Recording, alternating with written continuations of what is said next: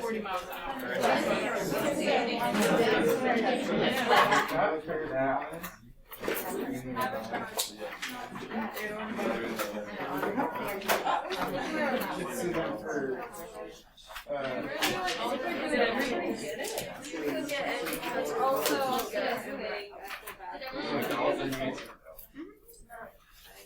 Need anybody else's votes? Votes back there? All right. There's a few things that I did forget about mentioning yesterday. And first, though, I got it on a peacock picture. Who's got neighbors with peacocks? Me. My Oh, Oh, they're Did they wake you up with their really strange cry? no, they're like in the middle of our street and there's two on each side. Oh, really? Wow. Does anybody not know what a peacock sounds like? Oh, I feel like It is kind of weird. It sounds like a little scream. So Yeah. it's so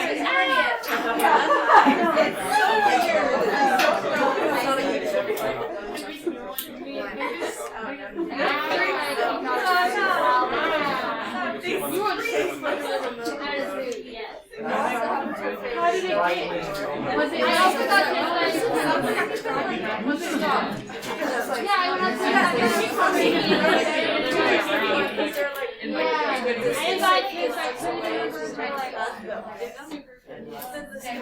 Yeah. And then the women are like, they're like,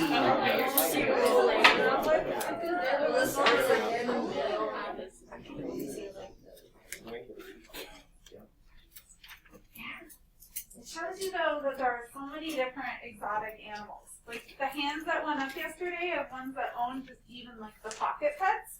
Like so I really do think that like as much as this is kind of pushed to the side and yeah, more dogs and cats get like the most of veterinary medicine, there's a lot more of these out there than what we think. So a couple things that I forgot to mention and one really good question to ask, like besides you know, are they wild or captive bred? But if they're coming into the vet, maybe do they have a companion? So that was out of somebody's bell work, and I was like, that's very true. Like, do they have a companion? Because sometimes, not only for the fact, like, is that companion sick or not sick, but if you're going to bring it into the vet, maybe bring it in with its buddy. Like, if it's a guinea pig and it gets stressed out when you take it out of the cage away from its buddy, it's going to get stressed out from being separated, then it's going to come to the vet, and then it's going to get even more stressed out, which you could just ask the client to bring that in for, like, emotional support, right? So if it's hanging out next to its buddy, getting its exam, then maybe it's a little less stressed out. So those are other things, like, yeah, we want them to bring them in their cage if they can, but then if they have a buddy, they probably want to bring their buddies. And then get even more into what we're feeding. Since hay and forages are a big part of a lot of their diets, where are they getting their hay from? Because if they're getting the hay from a farmer, what's the chances that it has outside parasites from other animals in that hay versus like that store-bought hay sort of thing? So then there's the chance of like, yeah, so as we go through diseases and things to be thinking about, that's a couple things. I also want to do a little refresher on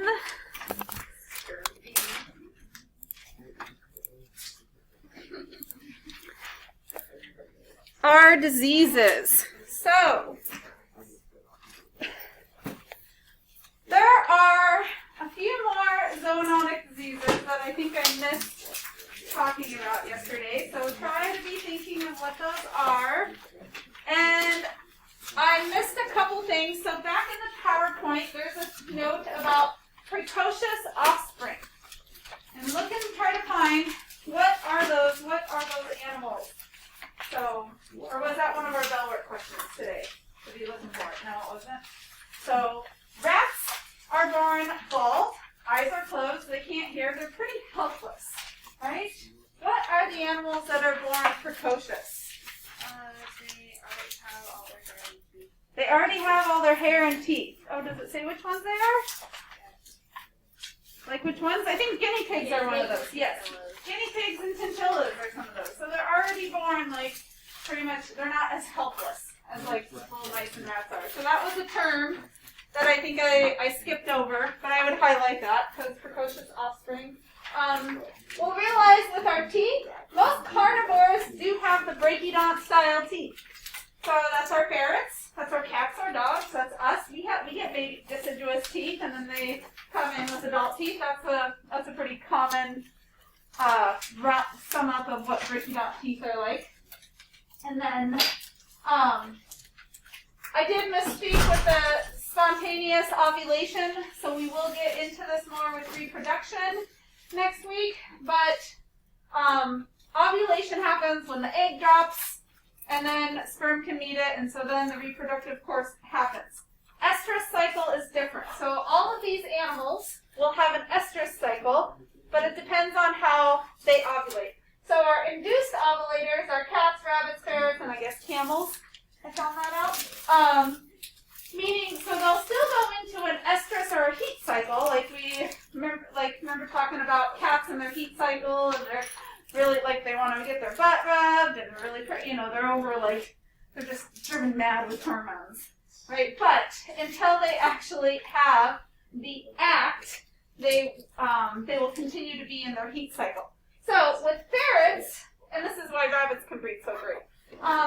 With ferrets, this could be bad. Most of the ferrets do come from one place that spays and neuter them, but they have like a big market on the ferrets for sale in the pet stores and everything. So most of them will come spayed and neutered, but if not, a ferret will go into heat and have her heat cycle, and she can continue to be in heat and not come out of it. Like cats, they'll eventually come out of it a little bit, like, and then they'll go back into it and they'll recycle. A ferret can for like 6 months, and we'll talk more about it, but pretty much that can be a health issue because estrogen weakens red blood cell and bone marrow production, and if they're continuing to produce strong amounts of estrogen, then they can become anemic. Anyway, so that's where that comes into hand. And then, yeah, so our spontaneous ones, they're still going to ovulate, but on a certain time. So I misspoke with that and what the difference is between induced, needing to have the actual physical act to ovulate, and this is just, they will just ovulate. All right, so zoonotic diseases. Any takers? Any volunteers? No, we're kind of stuck. All right, JJ, give me a zoonotic disease that could possibly be. Got one. Yes, what are you thinking? Huh? Rabies is a zoonotic disease. It's not going to come from a rat. But we are still going to vaccinate our ferrets for rabies, because we'll vaccinate them for distemper. We'll get into that. So what's your zoonotic disease now? There is 2 of them that can come from rats, in a sense, if they're wild rats. One we vaccinate for, so it's not rabies, because I wouldn't really call rats a carrier of rabies. And the other one has to do more with how it affects the rats and then the cats. And it's important to know zoonotic diseases, so dig deep. Think about it. You got a zoonotic disease? Yeah, I know one. Give me one at least, even if it's not the one that's coming from the rats. What can we catch from our animals? There's a lot of zoonotic diseases out there.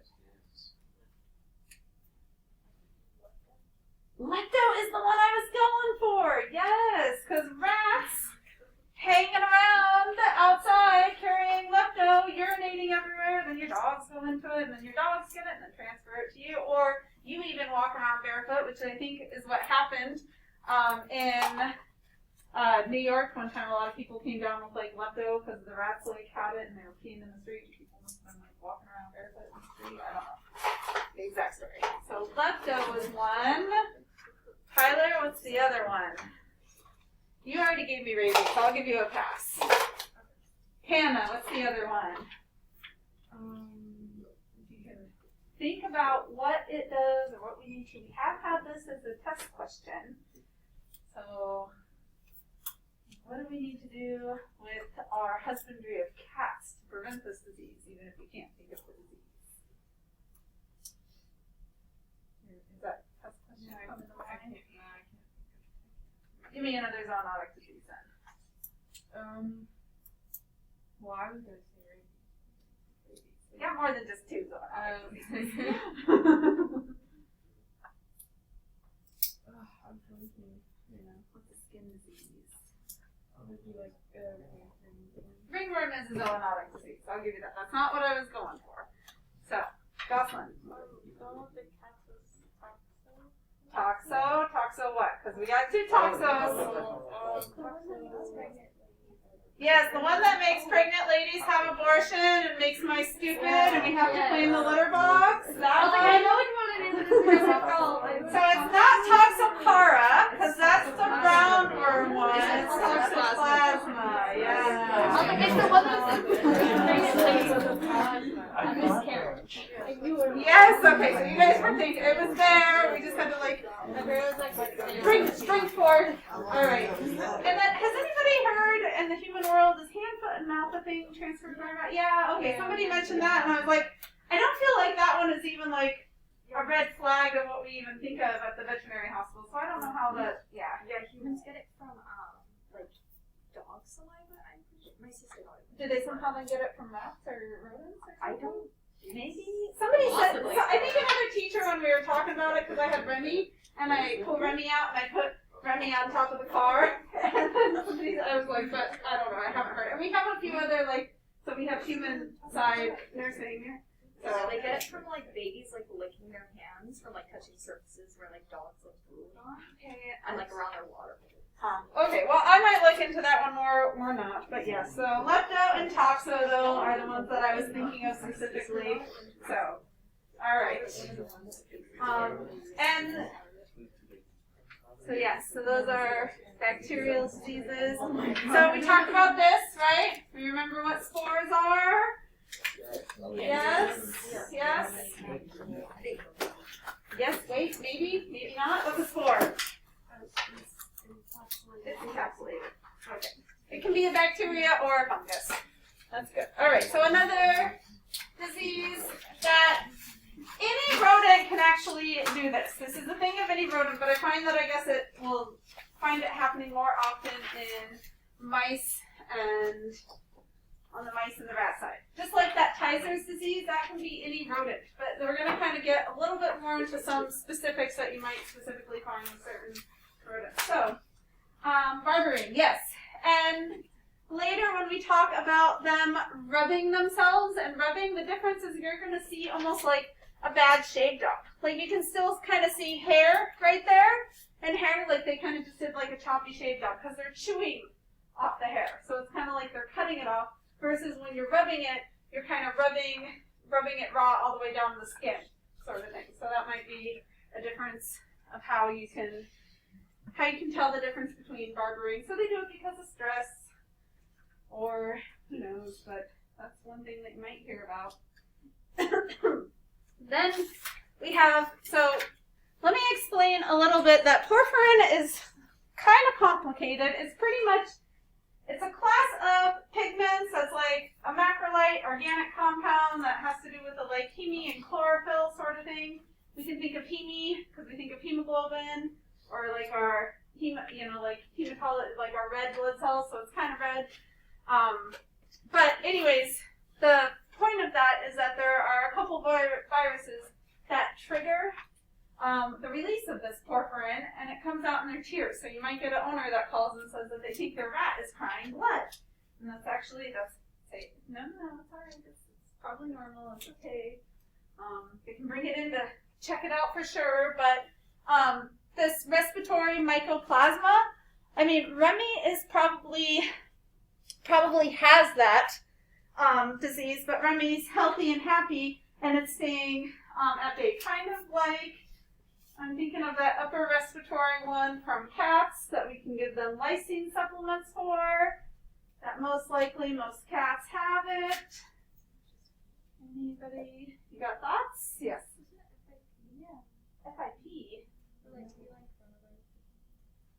No, I was thinking more of the upper respiratory one, which FIP, I associate FIP with, because I think it's P, peritoneal, that's when there's the yellow fluid in the belly. So, it does have two different, I think it is also called coronavirus, but that's not the one that we give the lysine supplements for. Anybody, because most cats have it. And actually, yeah, I don't think FIP is one of those that most cats will have, but then with stress can have like breakouts. I thought your cats had it, Kira. Yeah, I know. I can't think of the name of it. Okay, we're stuck on names right now. So, herpes virus. Oh yeah. Yeah. Mm-hmm. So same sort of thing. It stays dormant, sort of like it's an upper respiratory thing that stays dormant, but if maybe the animal had stress, it can show up and then all of a sudden they can get these red tears. So Remy might have, just depending on what Remy got exposed to. If Remy gets really stressed out, we might see signs of that. So poor Remy. Another thing I found out too, is that, well, the yellow in their teeth is definitely normal. That is not the yellow that would have to do with liver disease and jaundice. And then you might also see when we get to ferrets, there's a video and there's a yellow ferret, and that is normal too. That does not mean the ferret's sick, but as they get older with age, their nice pretty white hair starts to get like yellowish color. Kind of think of it like, right now I'm taking care of like a palomino that's supposed to have a white mane, but her tail's really yellow, sort of thing. Some of us blondes know that sometimes our blonde hair has yellow, but then like a yellow underlining pigment to it. Yes, I know. Okay. All right, back on track. She does the best.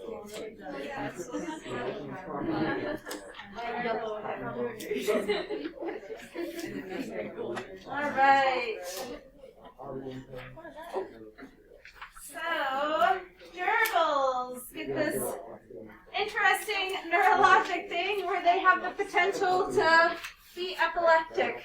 And I have a gerbil researcher in AM class, and I asked her to look into if she can see if any of the drugs work, because I don't know. And if they do work, it's definitely being used off-label. So off-label means that pretty much the drug companies did not want to pay the extra money to have their Keppra, which is the seizure drug, but have it tested on all these different animals. Yes, I don't even think I think it's off-label use in dogs too, but we seem to know that it works. So drug companies will only pay like so much for like this testing. So the majority of the drugs that we use on these exotics is off-label, meaning that it's been used by trial and error. The doctor says, well, this works for dogs, let's try it in gerbils and see if that helps, sort of thing. So, but then there's always the risk that they have to tell the owner that this might have other complications because it hasn't been tested or proven to like work or be safe in these ones. So then the other one, so this is a gerbil having a little epileptic episode. If owners are concerned about that. And then the other one would be ovarian cyst, where we can see abdominal distension. That's something that you can visualize from just having them be in the cage, right? You don't have to pick them up or give them an exam. So you can do that, and then maybe then this is like a necropsied gerbil, and that's the like bubble of the cyst that was in there. So that's just something that they're prone to. I think there's other species that maybe have the chance of getting the ovarian cysts, but alright. Guinea pigs. Oh, no, hamsters. Hamsters, not yet, sorry. I turned the page too fast. Hamsters next. Hamsters, oh gosh. Here is our third prolapse. So this is a cheek pouch impaction or prolapse, because they love to hoard their food and hide it in their cheek pouches. So, what are our other two prolapses?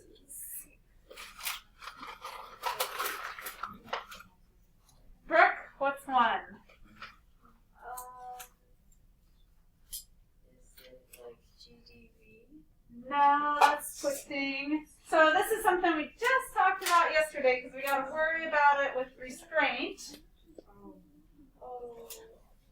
Which one?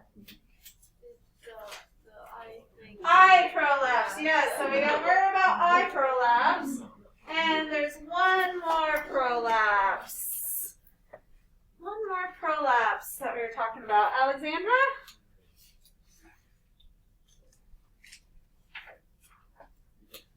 We're talking about prolapses here. So we have a cheek pouch prolapse, and we have eye prolapses.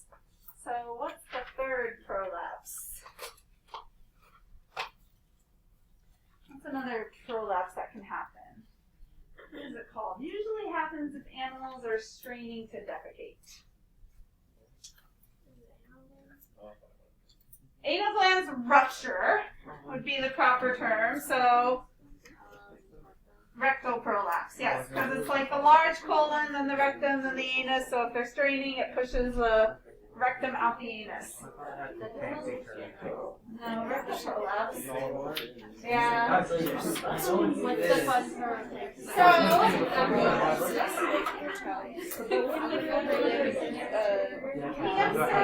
Hamster and their little broken leg. Look at that little cast. Little limb fractures. Yeah, probably so he doesn't chew out his cast. All right. Then they also could have. This is the skin disease, Demodex. Draw a little arrow and draw what Demodex looks like. Which one is Demodex in the skin? Because we've talked about 2 different types of parasites. Which one is this associated with? This is a skin. What is it? It's a parasite. I gave that away, but what type of parasite? Do you know? A what? External? Yes, that's what a parasite is. So yes, external. But what would you call it? What type of? There's like mice. Anyways, we got an image. Drawing image. You're trying to draw an image. Try your image too. Yes, that is. It is the.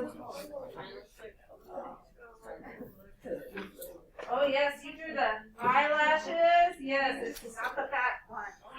It's not the fat one. It's not the fat one. The fat one is sarcoptic mange. So the fat one is sarcoptic mange. Demodex was the one that is skinnier and has to do with our eyelids, right? That like skinny one that hangs out in our eyelashes. Sarcoptic mange is that little like fat one.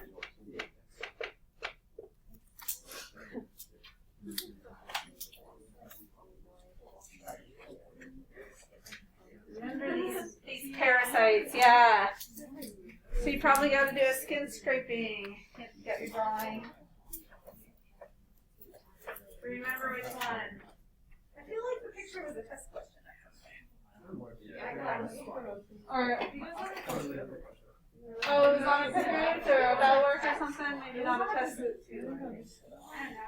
You will get quizzes when we're on parasites in a second. So we'll just. All right. So guinea pigs now. Guinea pigs got a lot going on with them.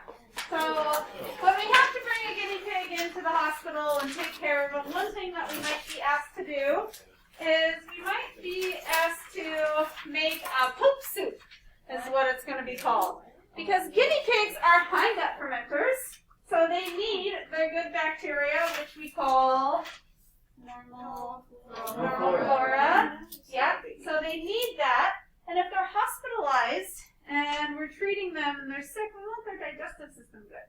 So you might be asked to take some of a healthy guinea pig species, mix it up and blender it in something. And I know it sounds gross. I had to do it because one of my rabbits, before it got neutered, they got to the other rabbit, and I have baby rabbits. And the mom wasn't a very good mom, and sure enough, the veterinarian, this was in the day before any of my vet classes, and the veterinarian said, go get like kitten milk from the store, because that's what you can buy, but it's not great, because rabbits are high gut fermenters, and I understand it now. But then he said, take one of your other rabbits, and take a blender, and mix the kitten milk with their feces, and I threw away that blender after that. I wasn't like putting it in. And I had to like puree it enough. It was like one of those ones that like you could grind it, to kind of bottle feed these little baby rabbits with, because they needed to get inoculated with the good bacteria that they need, because they rely on that bacteria to digest their food and give them their volatile fatty acids. So they're relying on that. So we might have to make a poop soup. Anyway, so.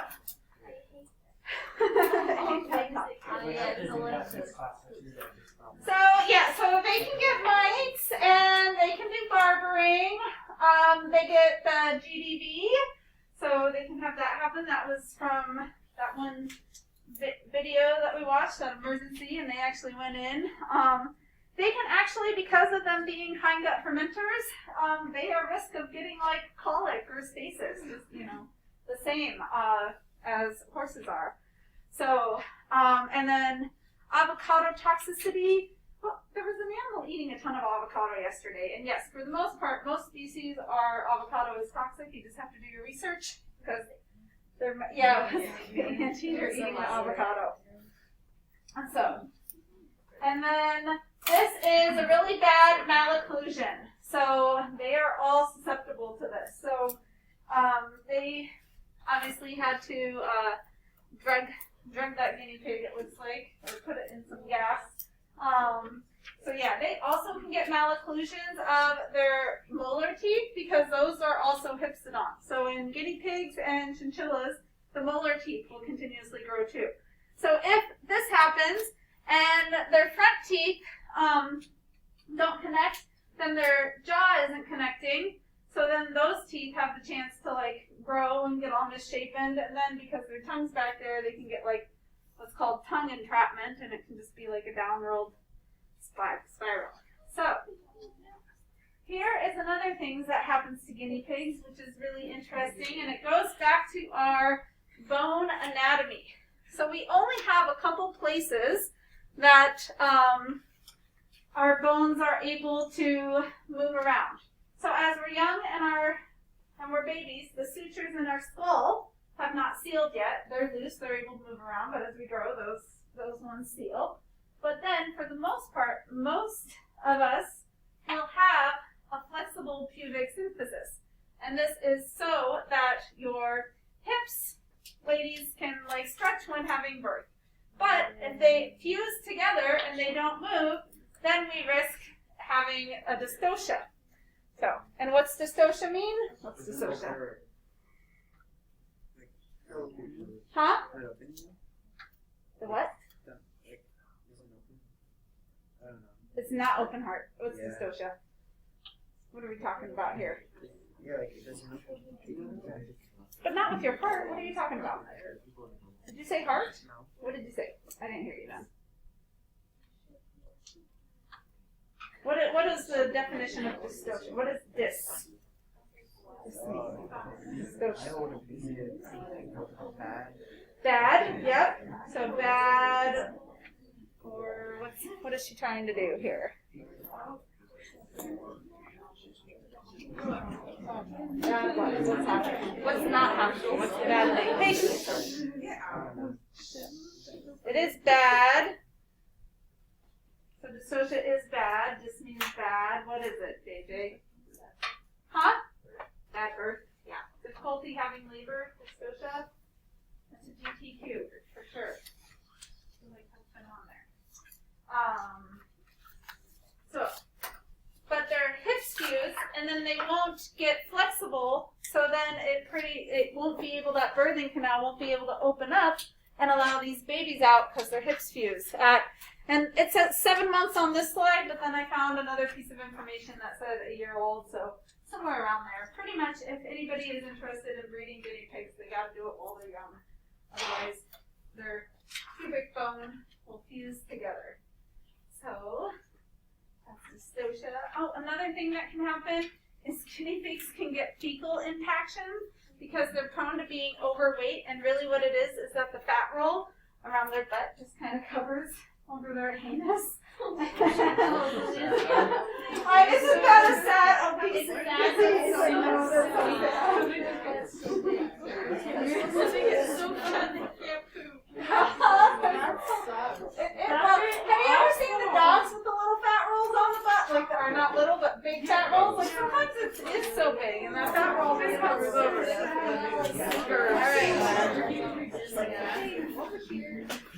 So then we have scurvy. So guinea pigs, primates, and humans. We cannot make our own vitamin C, so we need vitamin C supplements. Most guinea pig food will have this. If not, you can add a little extra in their water. I think peppers are a good treat that guinea pigs like, but that way they need vitamin C. So if they don't have it, they pretty much get musculoskeletal problems. So this is like a kind of paralyzed, can't use our muscles, little guinea pig suffering from scurvy. Right. Then chinchillas. So, and this can happen to any animal in a wire cage. It's the wire cage that puts pressure. I think just because chinchillas got big bodies and little tiny legs that it can happen, or that you might see it more frequently. But it's the wiring that puts pressure on their feet and then pretty much causes like a sore. So we call that bumblefoot. And then they also have the same thing with the risk of malocclusions. I think all of them do. So what do you think is a really big client education thing? If anybody is getting a rodent. Allie, what do you think? What would be a good client education thing?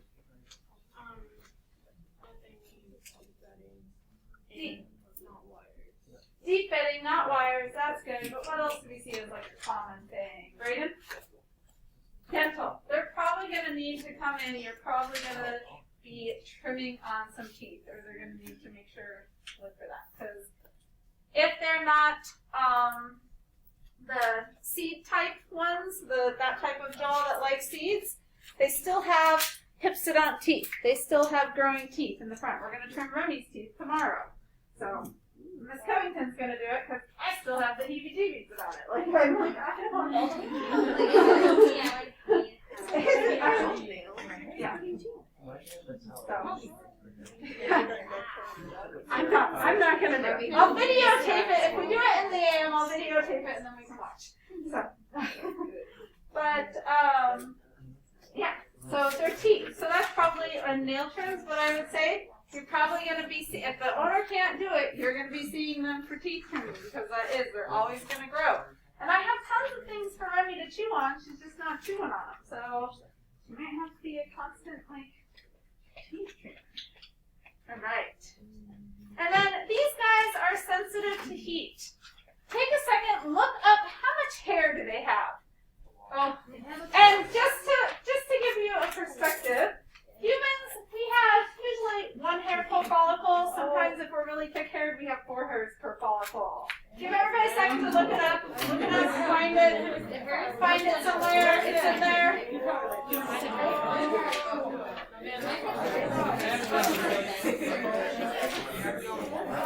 No, on the notes. It's in the notes. You don't need your phones. It's in the notes, like in 2 places.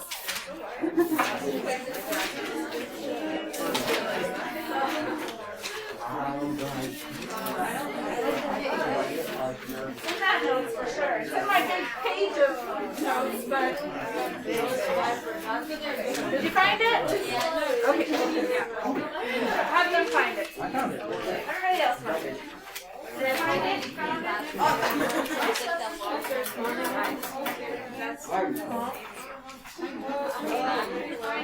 you find it?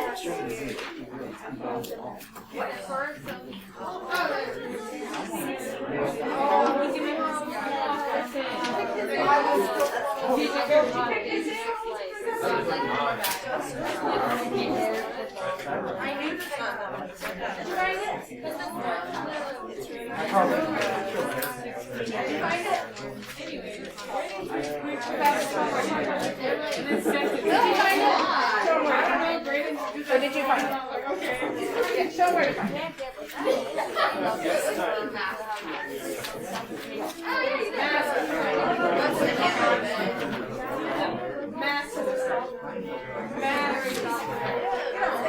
Very soft fur. So, right, I think most of us found that, but that is why they're sensitive to heat. Because think of how thick their hair is in comparison. That's why they. Huh?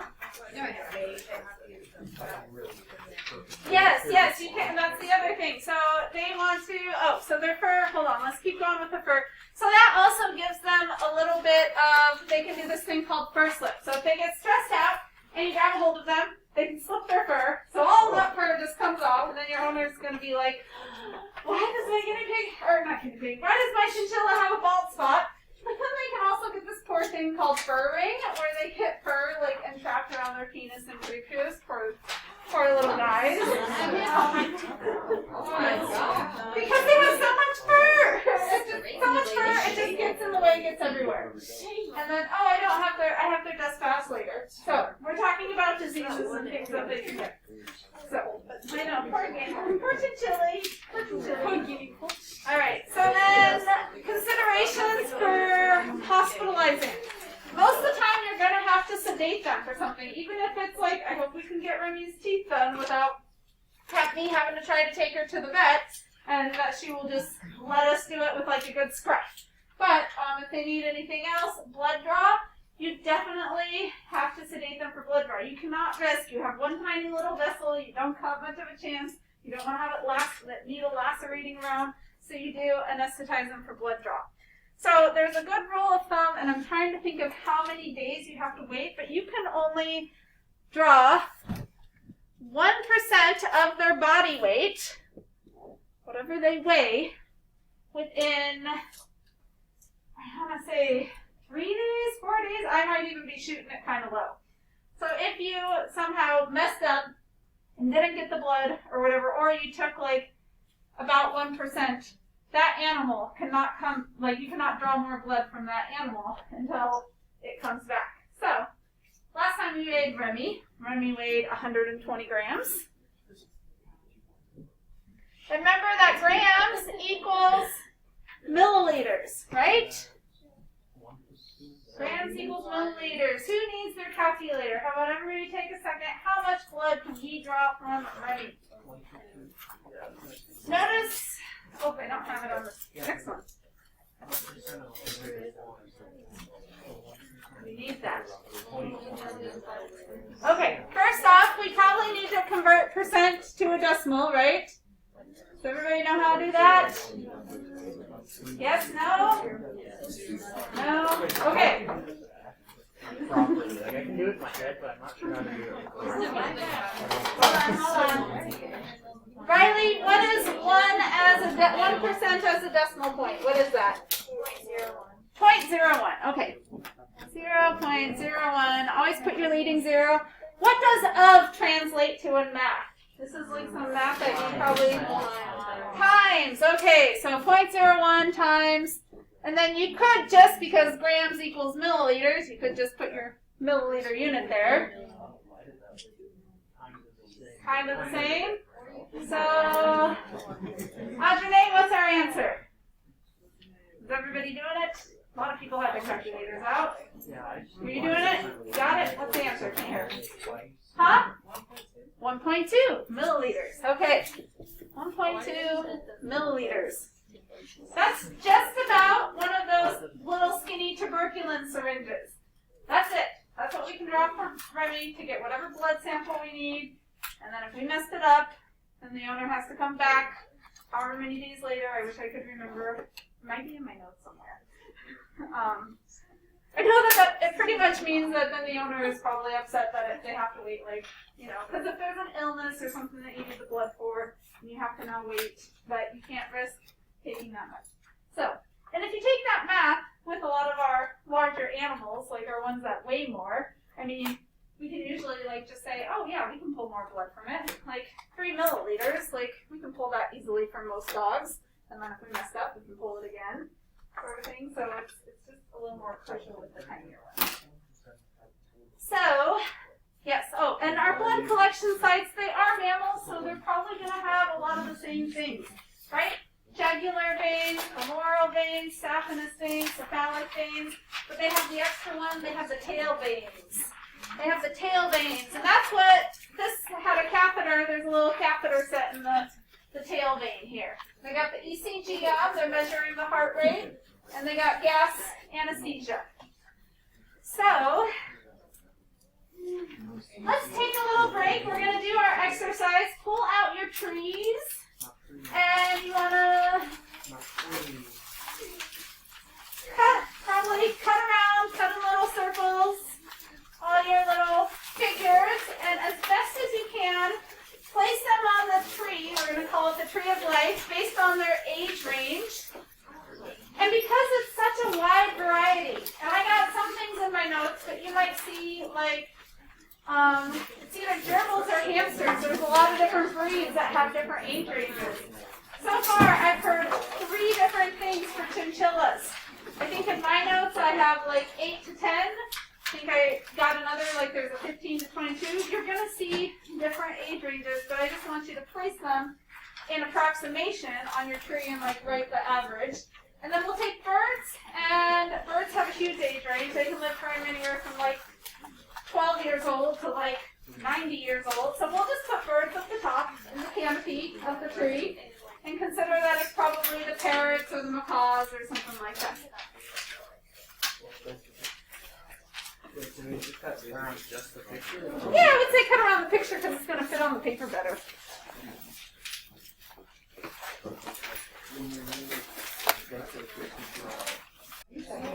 All right. So yes, rats. We know our Remy is very friendly. What else? Oh, Rattus.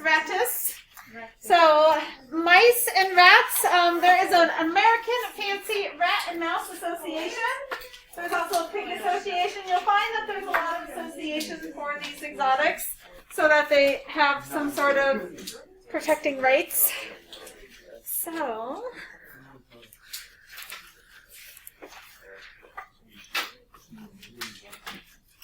and there's a lot of different breeds and colors, and if you happen to know that, you might make some people really happy that you know what kind of rat or mouse they have. Against the written standard is similar, to dogs, cats, horses. It's all people who do this for the enjoyment of breeding animals and for the sportsmanship of showing the animals. They like to learn the genetics and the breeding and to see the results they get from breeding two particular animals together. And then showing them, see if, what they're trying to accomplish meets the standard. Oh, we have all kinds. We categorize them, first of all, by rats, are all judged against each other, and then mice are all judged against each other. And we have different coat types for each species, and then those coat types are broken down into particular, colors and patterns.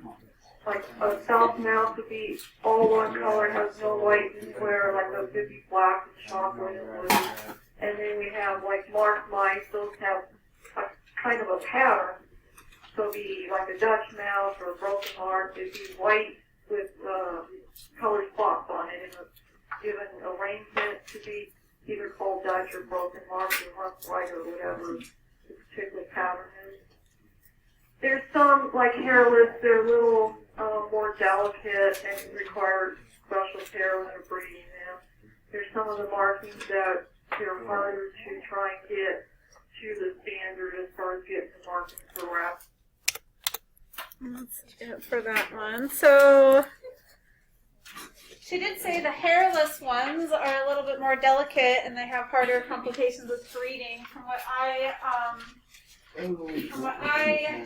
gathered from my exotics classes, because they're not good milk producers, so they're hard to get to thrive as they're younger because the moms aren't producing the milk very well.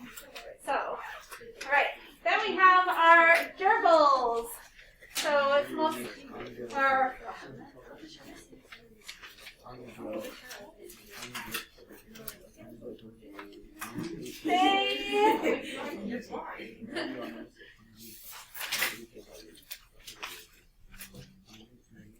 I think you'll find with a lot of species, most males will fight if they're still left intact as far as that. So the ones that are maybe social and like to be social, but then possibly have that chance that they'll fight or So we have our Mongolian gerbil, which is a really common one that you think that I think you guys recognize, and then you also have the fat gerbil, the fat-tailed gerbil.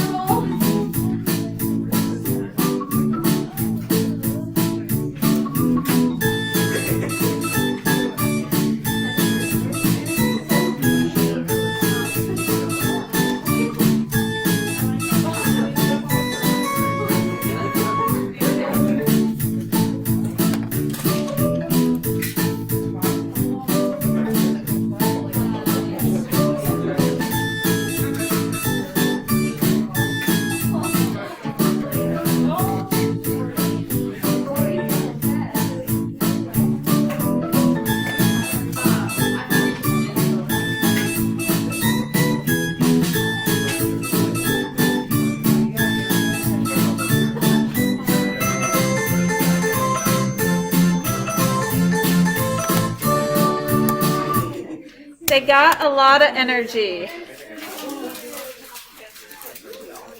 All right. Then we have our hamsters. So hamsters are one of our hindgut fermenters, so they'll be coprophasic. They apparently are known to be they're like little rebels. They're escape artists. They hoard their food. They eat almost anything. Crazy food, guys. So we have 3 types of hamsters that you will most likely see. So you will see the Syrian hamster, this one, most common, called the golden hamster and the teddy bear hamster. And then you have the dwarf ones, so little mini hamsters. And then you have the Chinese hamster, which, because it's very small, I think it accidentally gets called the dwarf one, but it's not. And then you have guinea pigs. And I have descriptions in the guinea pigs for their breeds, because this one has the long hair, but it grows like forward and goes over, versus this one has the long hair and it grows this way. Yeah. And then we have a skinny piggy, which is the hairless pigs. The hairless skinny pigs.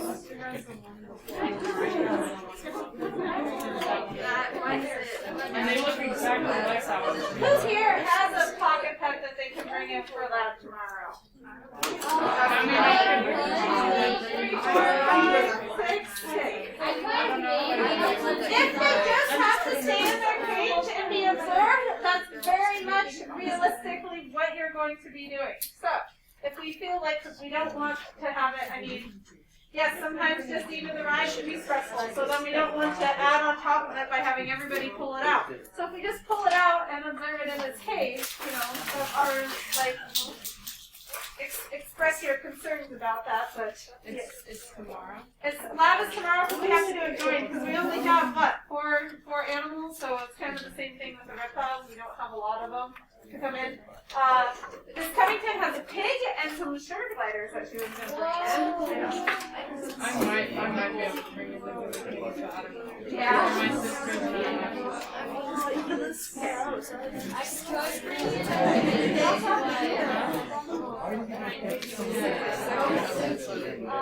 All right.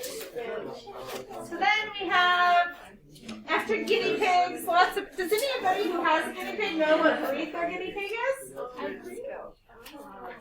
No, maybe.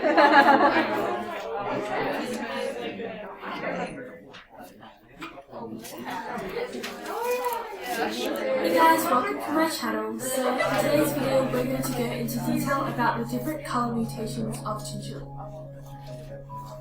If you're thinking of getting a chinchilla, if you already have a chinchilla or you're just curious, then this video is going to definitely help you understand how mutations in chinchillas work.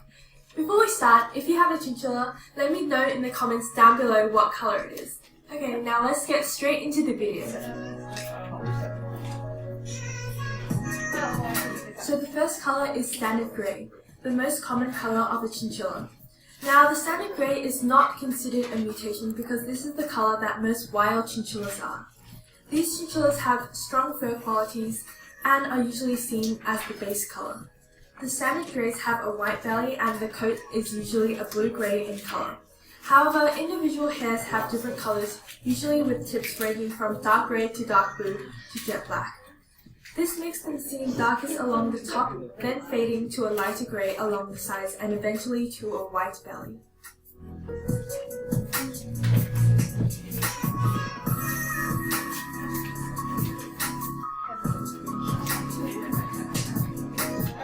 Okay, next we're going to move on to the heterozygous beige chinchilla, which can be also called the heterobeige. So if you have a bit of knowledge about genes, you might know that within the karyotype there are two different versions of the same gene. Basically, there are two genes that determine the colour of the chinchilla, and the dominant gene determines which colour the chinchilla is, and can also be called the phenotype. But the recessive gene is still present, but just not visible to the human eye. So the beige is a dominant mutation, which means that the chinchilla only needs one beige gene in order to override the standard genes and become beige in colour. The body of a heterobeige chinchilla is beige with a white belly and ruby-coloured eyes. As they age, freckling on the ears and nose is likely to appear. So my chinchilla Pandora, she's a heterobeige and she's absolutely adorable.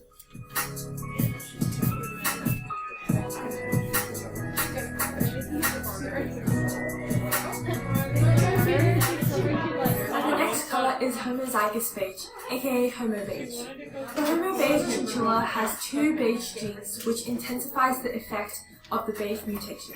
The homo beige is similar in appearance to the hetero beige, except the colour of the coat is a lighter beige and creamier looking. The eyes are also a lighter ruby colour to jelly bean pink colour. The belly is also white like the hetero beige.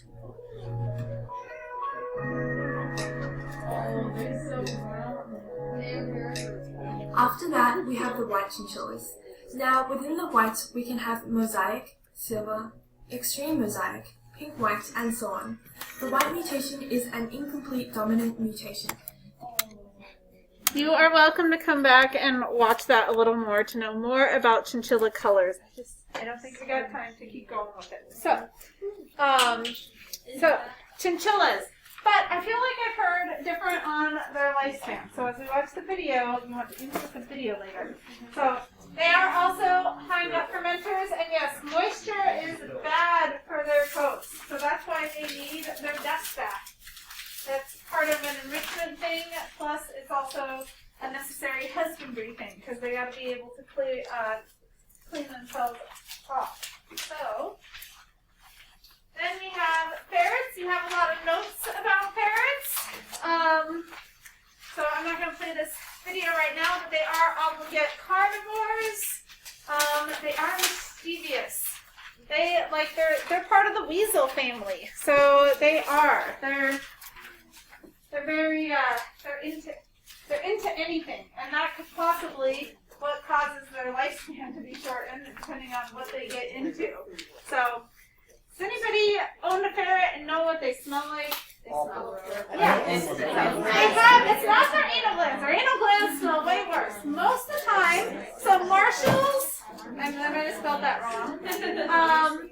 Marshall's is one of the big breeding facilities that breeds to a lot of the pet stores, and they will spay, neuter, and take out their anal glands. It's their sebaceous gland that gives them their scent that makes them.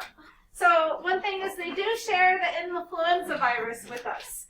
So you have the potential, if you're not vaccinated and you get the flu, to transfer it to your ferret. And maybe depending on how healthy your ferret is, it might just get sick, run its course, and then get over it if it's got a good immune system. Or vice versa, that your ferret could maybe even transfer the flu to you. Not only that, but we do vaccinate them for canine distemper. Because that is really bad. And if you know somebody that's getting a ferret, make sure their dogs are vaccinated for the distemper so that there isn't a chance that they can transfer that, because it's 100% mortality rate. We also vaccinate them for rabies, even though it's probably kind of like our cats. Maybe there's, a lot of people who don't choose to, but there's always a chance just because of what rabies is, we want to vaccinate for it. And even though they come from they come from that European polecat, and they're part of the weasel family. They seem to be very prone to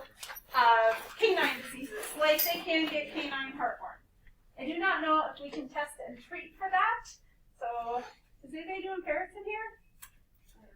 Check and see on that. I don't know if there is. I bet so because of their weight. I don't think they could, they have like the heartworm thing. So, there's a lot of other things that ferrets get that you're going to run into anyway. So, one thing about handling ferrets, when we scrap them, it does put them in like this limp state, and then it also triggers them to yawn. So if your doctor needs to see their teeth, scrap your ferret, and it will make them yawn. It should. I mean, they do well in mixed. They like to have their buddies. They are social creatures. Since most of them are neutered, mixed males are probably okay. And then for nutrition, they are obligate carnivores, yes, but they have a really high protein. They need like 30 to 45% of their diet to be protein. So if for some reason they don't have your owner that can't find ferret food, kitten food would be good. Or cat food, but kitten food would be better because it has even a higher amount of that fat and protein that they need because they have a super high metabolism. So another thing that they get is they get hidden insulin omas. So this is a cancer, oma cancer, that has to do with insulin secretion. And so if that is undetected and you don't know that they have it, and that's why they need their complete diet, or always to have food, so that they can not only burn their high metabolism, but just in case they have an insulinoma, there isn't the risk of them getting hypoglycemic. So, and then ferrets do have an os penis. It is J-shaped. So that makes them almost impossible to urinary catheterize. And this one's broken, I found. And morphologically, their small intestine and their large intestine look the same. You can only tell where they were by where the mesentery lymph node is if you were to ever be doing surgery on a ferret. Maybe because it got into something and it had a foreign body, something that it shouldn't. So, next is the hedgehog, the little hedgie.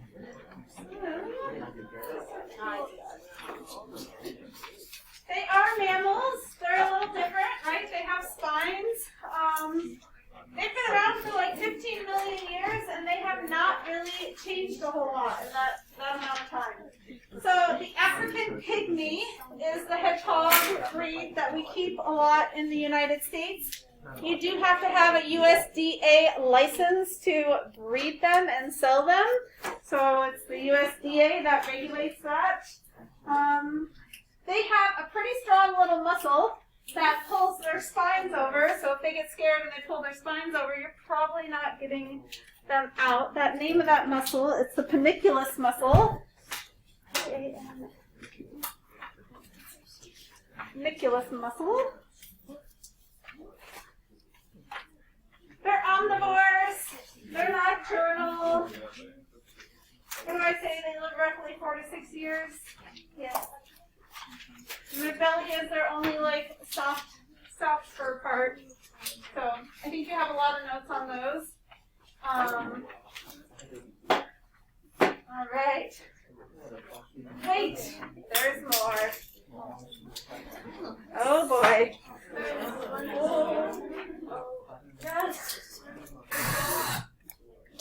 This is funny. Hello. Hi. And who are you? I'm Les Kimes, my wife Nina, and these are Pigs and Hogs and our family. We live in Miami City, Florida. There's one getting loose! What is that?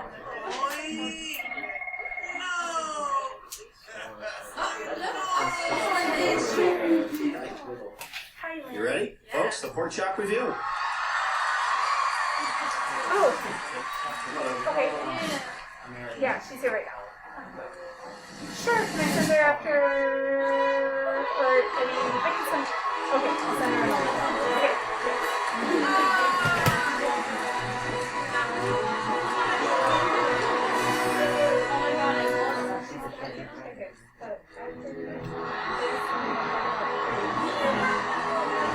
Oh my god,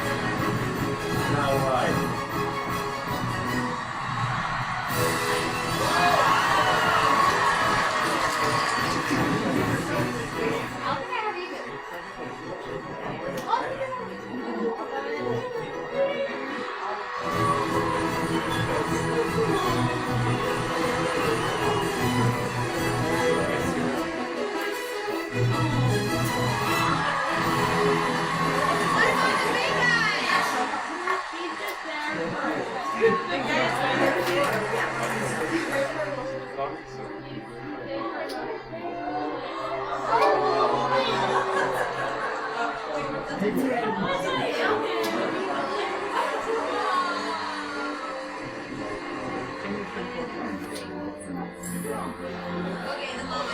here comes the mother.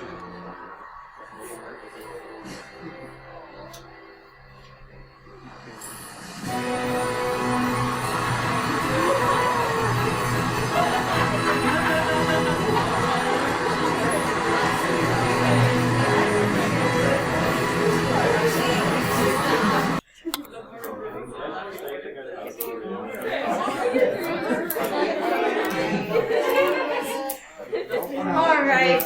Okay.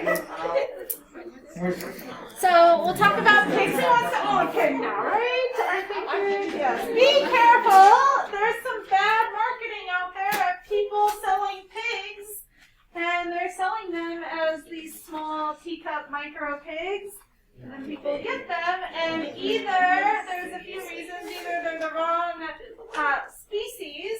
So you might hear them mistakenly. Let me just set this straight. They are different species that make that smaller breed, not different breeds. But just like how people incorrectly refer to the horse's carcass as the knee, it's the same sort of thing. And even accidentally, I sometimes find myself, or I catch myself saying different, like, but it's different species of pigs that are making the smaller pigs. But I'll catch myself accidentally saying breeds too.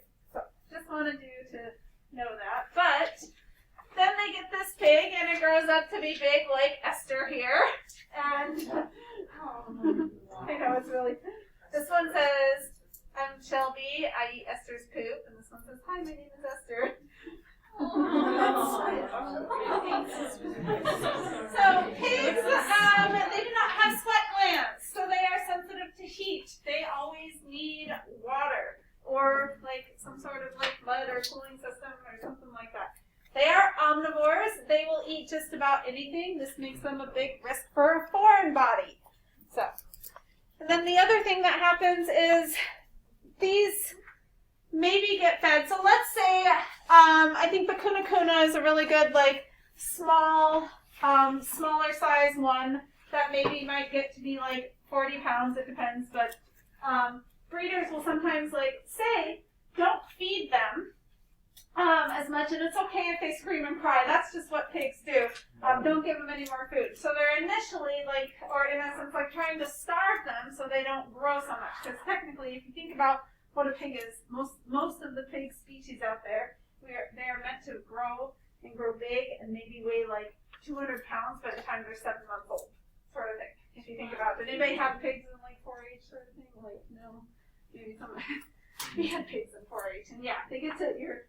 And if they are confused and owners get this and they accidentally go to the feed store and they pick up just any old pig food, that's going to be a pig food with like extra protein, extra fat, and it's going to make them grow really big, where they need to try to find a specialized either like pot-bellied pig or a different type of like pet pig diet that is more like high in fiber, something to fill them up, and not necessarily something for like growth. So they can still get nutrients that they want, but they don't have to have the extra like growth stimulation thing.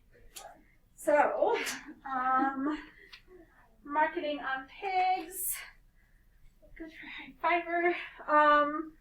One thing about pigs, I don't know if I said this, but they do not transfer their antibodies across the placenta, so they are really reliant as youngsters on their colostrum for their health, for their immune system. And then they do have a bone in their nose called the os rostri. So like the animals that have the os penis, they have the os rostri, right? Rostral, meaning towards the nose. So for enrichment, these guys need things to root around in. That is part of their natural like thing that they want to do. They want to get their nose in there and root around and stuff. So providing them maybe like blankets or things that they can like push around in their area. They have the potential to use a latrine system. So you could maybe litter train your pet pig, to use litter box if you're going to have the pig in the house. Pig poop is really gross too, so hopefully they do catch on to that litter box training thing. If they are bred for meat production, this is just just on pigs in general, but they're usually in like concrete areas and they're not able to get the iron that they need from the dirt in the environment, so often they have to get iron injections. So iron deficiency is not something that you would probably find on a pet pig, but there's also lots of salt and minerals in the dirt, and they do love to dig around, and so have your clients expect to get their yard dug up because they're going to want to like dig, and if they get any amount of, like, you probably want to provide them with like some sort of like mud type of place that they can get in there and do their pig thing, and but then they can get like, I guess, a salt toxicity from all the minerals and how they're getting around in the ground. But that is about what I got on pigs. So, everybody took notes on that? Got it all? Let's do our ticket out, which is an Ed puzzle.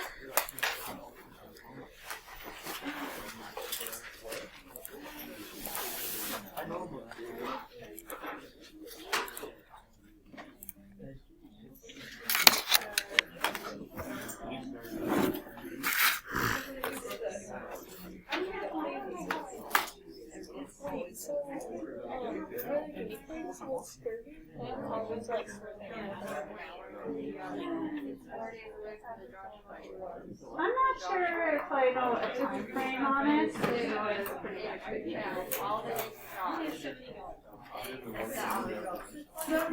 And it probably was a deficiency that was happening over time. Because why are they thinking that all of a sudden within an hour they didn't have vitamin C? They probably weren't getting it through their food, except they couldn't compensate, the body couldn't compensate any longer, and then they really started to decline over an hour. So, if it was scurvy. Great. That puzzle takes a while. Please try to. We gotta get started. We're not done by the time I dismiss and dismissing the points. So, this one takes a while. It's a long one. It's a good long Ed puzzle. I know, it took that long in AM.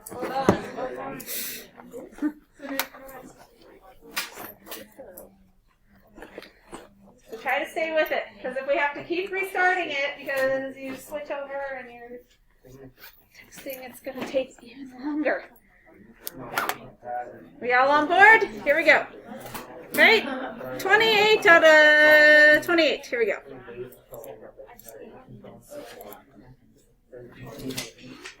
Looking for a furry companion, but don't have the space for one? Or want to avoid the mess and mayhem that could come with a larger pet? Well, here are 10 little critters big enough to steal your heart, but not quite big enough to steal food from your table. Unless, of course, you give them an assist. You're right. What do you think number 1 is?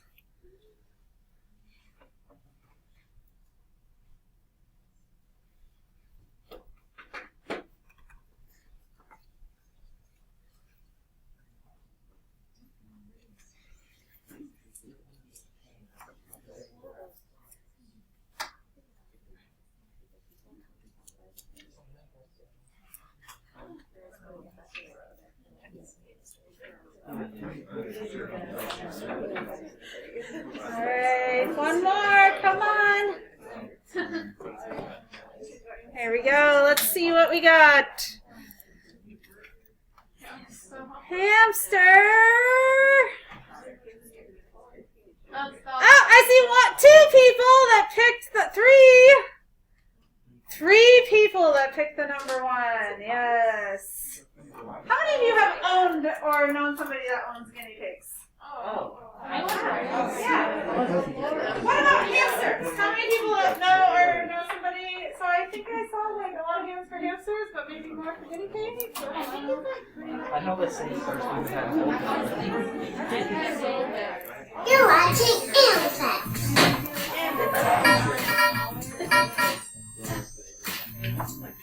Number 10. Hedgehog.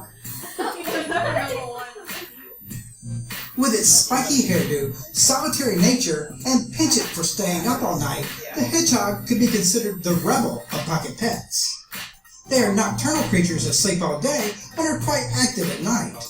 Their day begins when most people are having dinner, which may work out well for interaction after dinner and before your bedtime.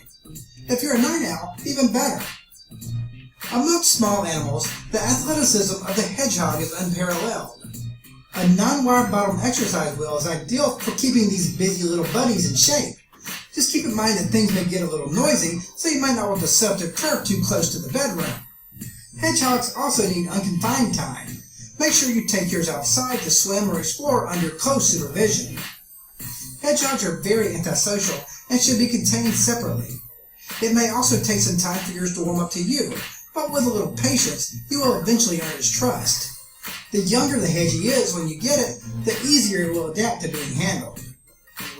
In their natural habitat, hedgehogs eat a wide variety of vegetation, insects, and roots. This diet can be difficult to replicate at home, but luckily there are several retail products available to meet their dietary needs. As a supplement, you can treat your buddy to mealworms, crickets, fruits, and veggies. With proper care, the average lifespan for pet hedgehogs is 4 to 6 years. Some even live as long as 8 years.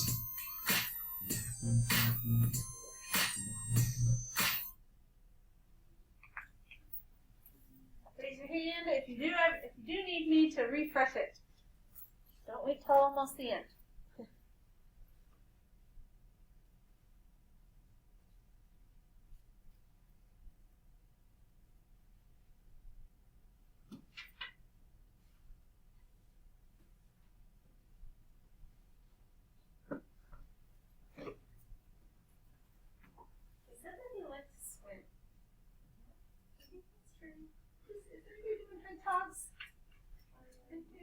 You are. Look and see if they really care. I actually do because I'm my friend. Yeah. Huh. Okay.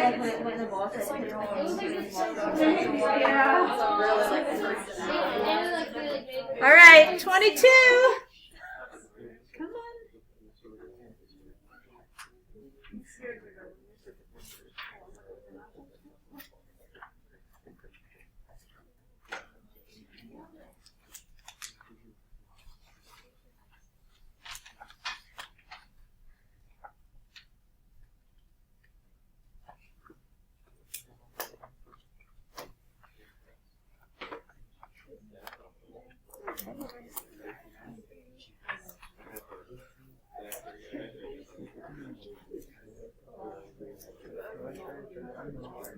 Who is it? 27.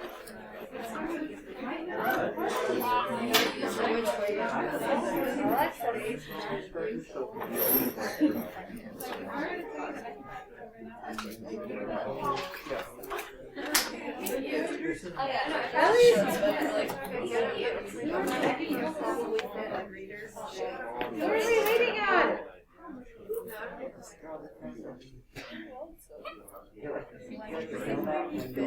There we go.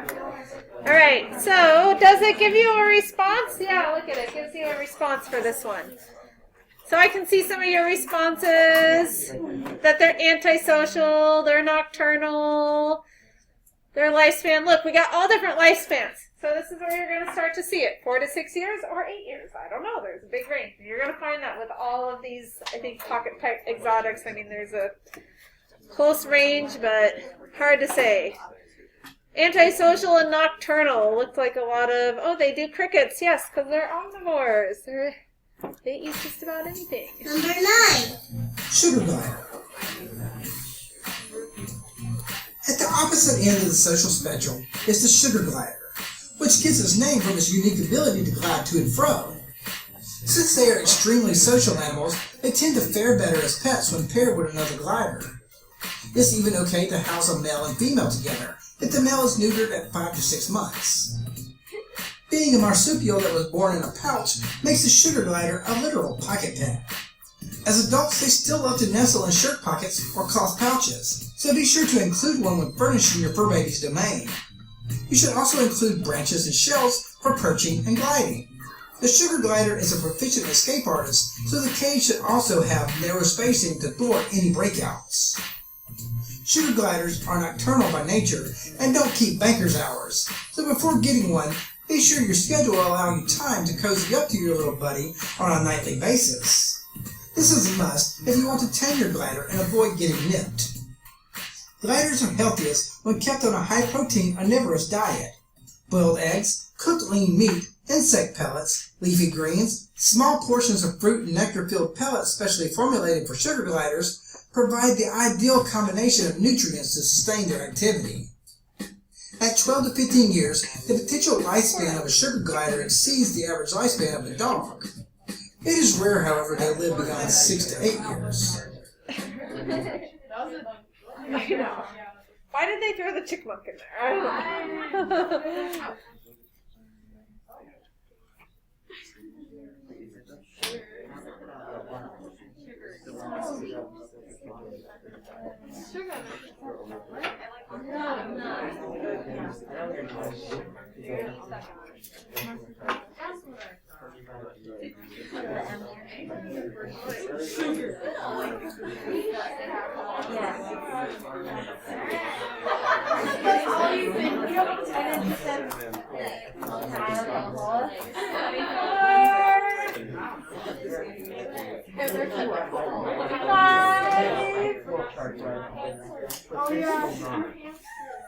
Six, 27, 28. All right.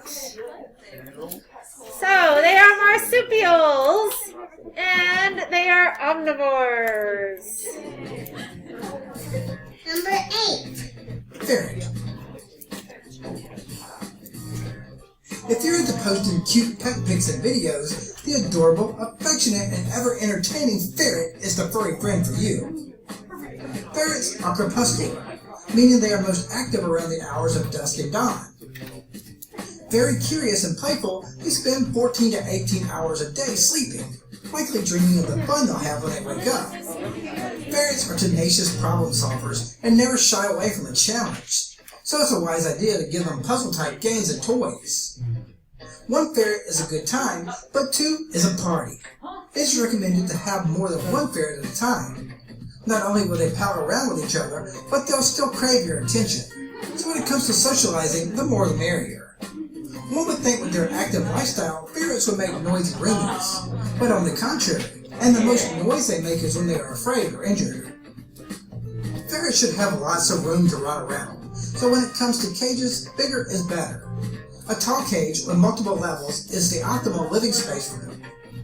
To keep proper exercise, they should also have time to roam freely outside their cage every day. You can even take them for a walk, but invest in a harness first. The ferret diet consists of meat and only meat. As a matter of fact, they are basically unable to digest plants or fruit. Packaged dry meat-based ferret or cat food is a convenient and nutritious means of meeting their dietary needs. Perhaps the biggest plus to having a ferret as a pet is that they can be litter trained. Although they can't be trained to the same level of reliability as cats, they can be trained to be fairly consistent litter box users. And if you take them for a walk, they can do their business then. What they say? They said they were tenacious. Yes. And they probably use a latrine system, right? They have a latrine system. And they were giving them a toenail trim? Yes, definitely. Something we'll have to do is give them toenail trim. Okay, only 11? 14. There we go. Numbers are coming. Yes. So do we need to refresh it?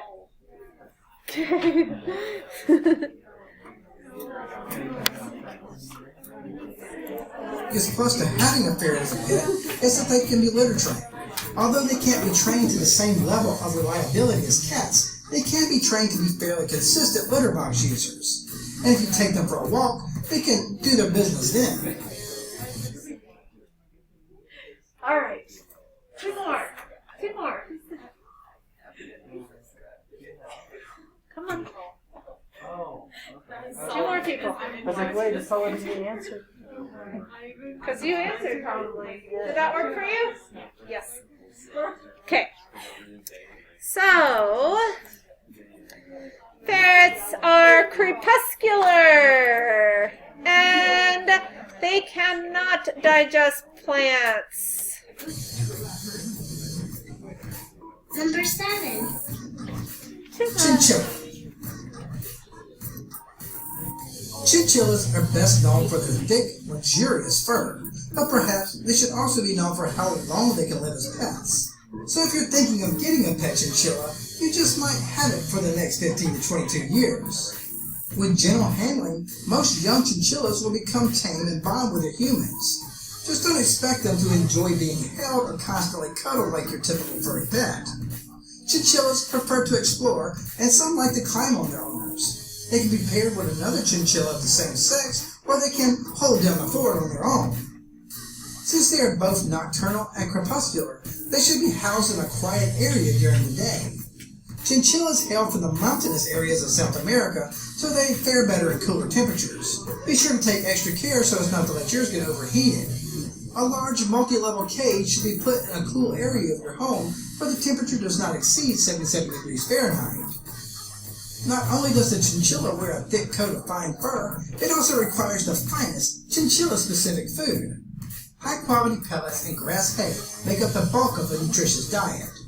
A mixture of loose ingredients consisting of pellets, corn, seeds, and other grains may seem like a good idea, but once it's out of the packaging, your picky little eater will likely scarf down the parts they like and leave the rest. See, I'm not the only one. Dogs love to chew, and so do chinchillas. Make sure to keep plenty of chew toys around to keep their incisors in good shape. Pesticide-free wooden blocks, tree branches, wooden parrot or rabbit toys make great choices. You should also invest in a chinchilla block, or pumice block, to keep its teeth filed down. Leave toys that have smaller plastic parts on the store shelf. Enjoy an occasional bubble bath? Well, the chinchilla equivalent is a dust bath. Chinchillas must bathe in dust regularly. Not only do they seem to enjoy the baths, the ritual bathing keeps their fur conditioned. The dust permeates the chinchilla's thick fur, absorbing oil and sweeping away dirt. Chinchilla dust can be purchased at most pet supply retailers. Alright, what did he say for the age? No. That was at the beginning, so even if you're watching. And I'm not the only one who agrees with the methods of feeding. Like, do you need a rewatch? What are you doing? Yeah, for season corn.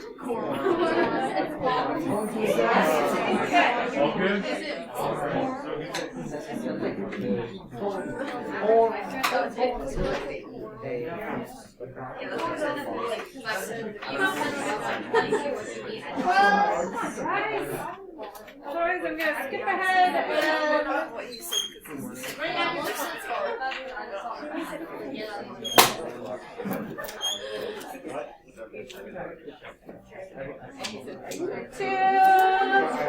Right. 5 more seconds. I know. Hopefully it gets back on and you just missed this one. Why did it do that? All right. So they need their dust bath. And I'm not the only one who thinks that the seed thing is a bad thing. And then their average lifespan. That is based on what he said. So yes, you will. Number 6. Daegu. Want a small rodent that behaves like your man's best friend? Well, you should consider the highly social, playful, and talkative Daegu. Daegus are curious creatures that need plenty of social interaction with a human and other Daegus. Otherwise, they can become hostile and neurotic. Housing your Daegu with one of the same sex is both stimulating and cathartic for them. With training, a Daegu will come to you for a snuggle or petting. They can be quite the chatterboxes, making sounds similar to gibberish and emitting high-pitched screams if their food is stolen. Daegus also have another anti-theft system that is unique to certain rodent species. They can shed their tails to escape predators, so never pick up your daegu by the tail. It can be painful for them, and it will never grow back. As for other rodents, dagus need plenty of wooden chew toys to gnaw on.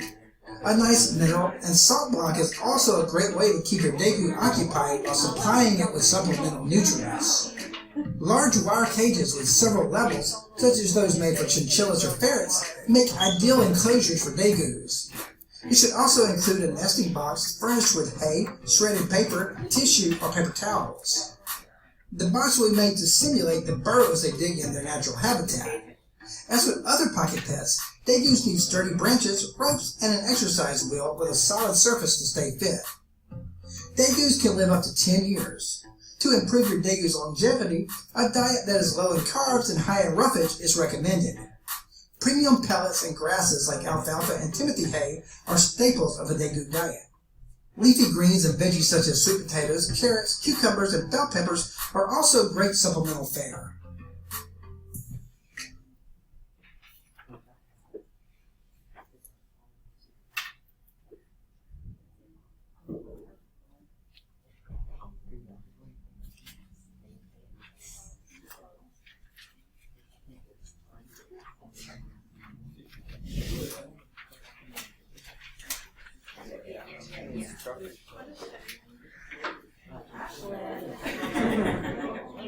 Yeah. It's all we wrote on her.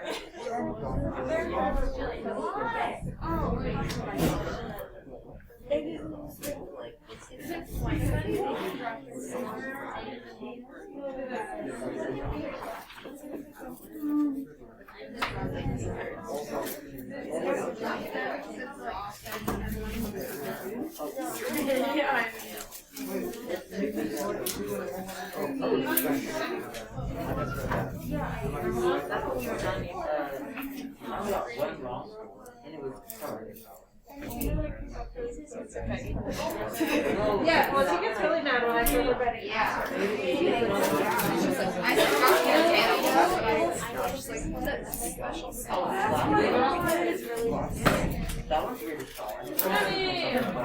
Right. 10 more seconds.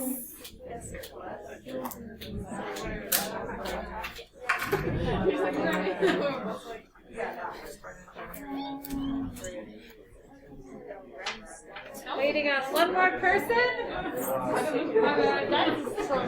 Okay.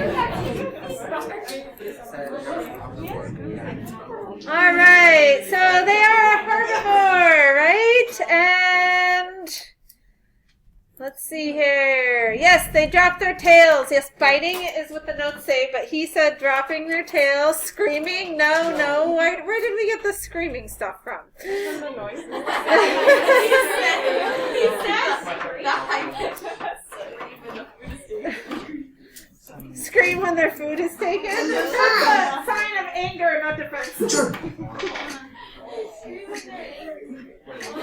Gerbils are a popular pet because they are easy to care for, hardy, and docile, which makes them a great pet for older children.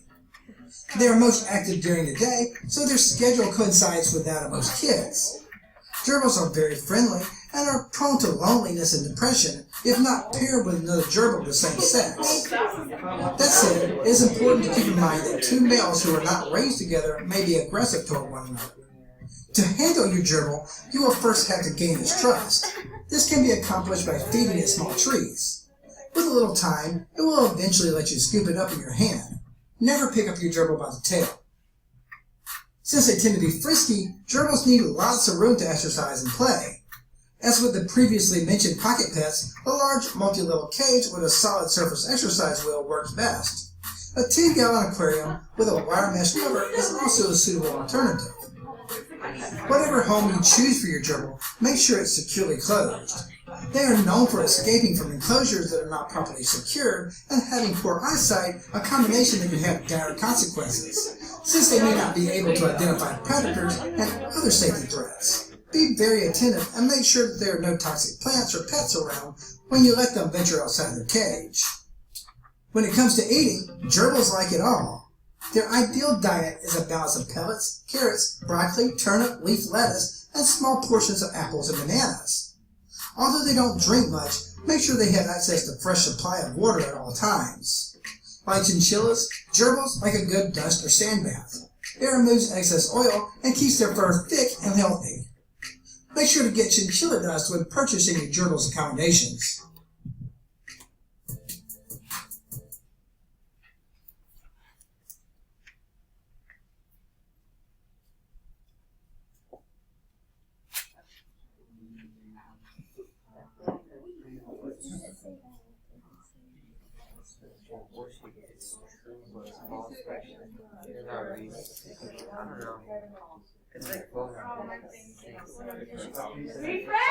Refresh.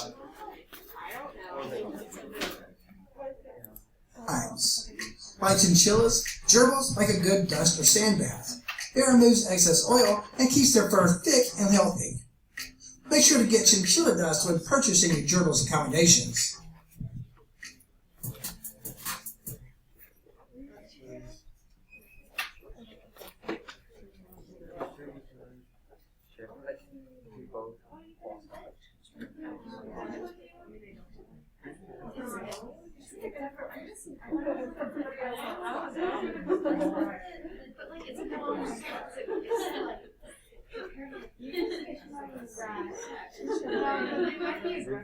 Also, if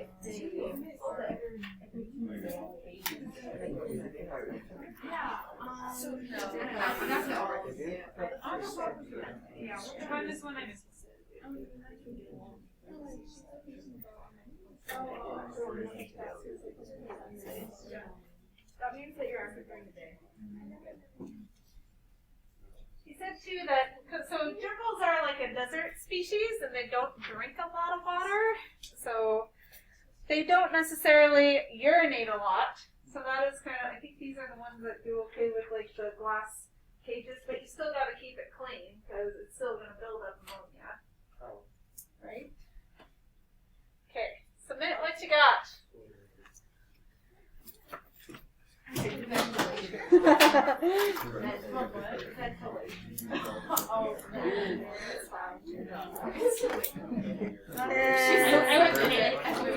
Here goes. All right. She warned you. It's okay as long as it's clean. Yeah, if people are doing good about cleaning stuff, and they're big jumpers, right? They're really active, they're big jumpers, so maybe having like that type of cage as long as it's tall, sure. Ammonia buildup can still do respiratory issues, that is true. So yeah, but they don't pee a lot, as much as other animals do. And they're really tiny. So if you're going to put one in a glass aquarium, I would probably say this one might be the better option of them. So, but it'd be better if they had like a cage like that, where it was like open. Okay, continue. Number 4. Hamster. If there was a poster child for small pets, it would be the ever-popular hamster. Kids love them. Adults love them. They're fairly easy to care for, so that makes them a great first pet for young children or busy adults. There are many different breeds of hamsters, and these breeds come in several different colors and have traits that set them apart from each other. Syrian hamsters, dwarf hamsters, and Chinese hamsters are the 3 main types of hamsters that can be found in the pet store. Chinese and dwarf hamsters only grow to be about 4 inches long. Syrian hamster are the most common type of pet hamster. They are bigger than Chinese and dwarf and come in a variety of colors and descriptive nicknames such as teddy bears, goldens, and pandas. Hamsters are most comfortable housed alone and can be tamed by earning the trust of young trees. They are normally very docile, but be careful not to scare, wake, or startle your hamster, or it may bite you. Your hamster's cage should have plenty of space for exploration and proper ventilation. To prevent escape, cage wires should be spaced according to the size of your hamster. Furnishing should include a salt-absorbent lining, an exercise wheel with a solid floor, a water bottle, and a small house that can be used for climbing and hiding. Hamsters may be easy to take care of, but only live an average of 2 years, so forming attachments may prove to be challenging. If you are considering getting one for your child, perhaps you should prepare your little one by explaining hamster's lifespan before you get one, instead of trying to replace one that crossed the Rainbow Bridge. I think it's the. He also said if you startle your hamster, it may bite you. That is a key trait of hamsters. Bite now, ask later. And they're hard to scrub because they got all that extra stuff. I don't think it's out. It's probably good. No, but at the vet's office, I heard from a lot of people. Oh, yeah.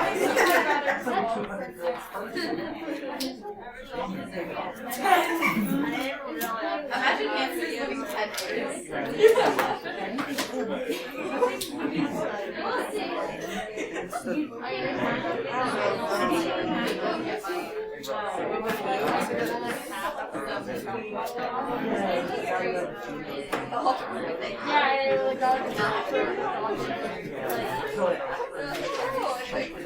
Chunks of it, like Dad would kill it.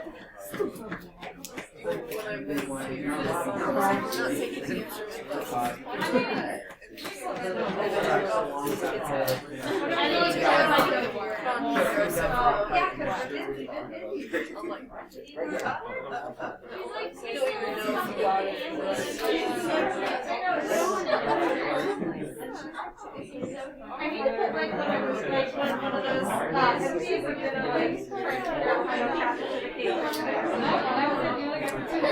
Maybe I'll put the like, you know how to do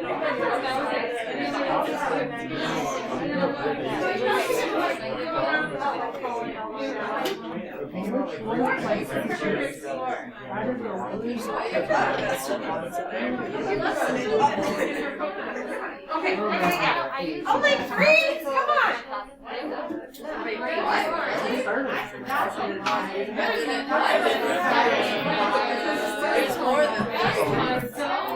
Rewatch. So forming attachments may prove to be challenging. If you are considering getting one for your child, perhaps you should prepare your little one by explaining hamster's lifespan before you get one, instead of trying to replace one that crossed the Rainbow Bridge. There we go. Okay. All right. Popular hamster. Yes, the Syrian. You can't name all of them. In hopes that one of them was right. Right now. All right. The Syrian. Average of 2 years. Okay. Number 3. Fancy rats. Rats get a bad rap. The common street rat is the type of rat that is notorious for spreading disease and fear in humans.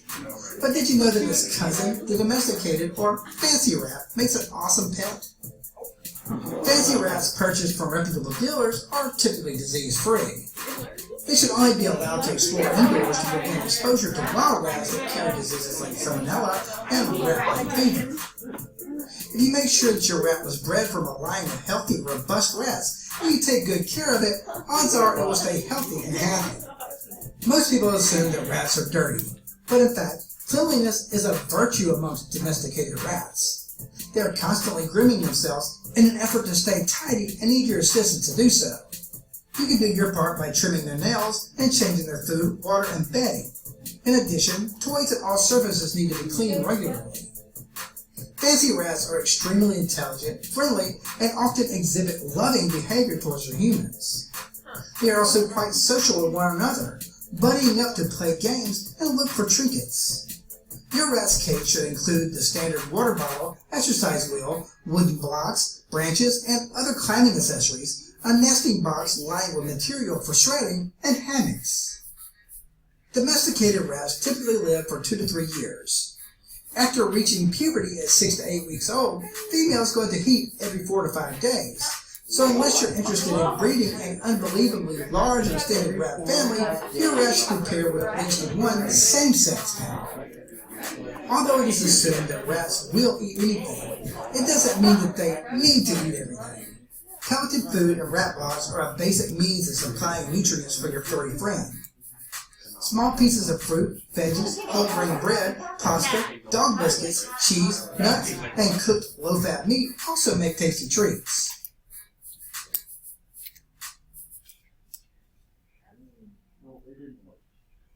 Refresh. Basic needs and supplying nutrients for your furry friend.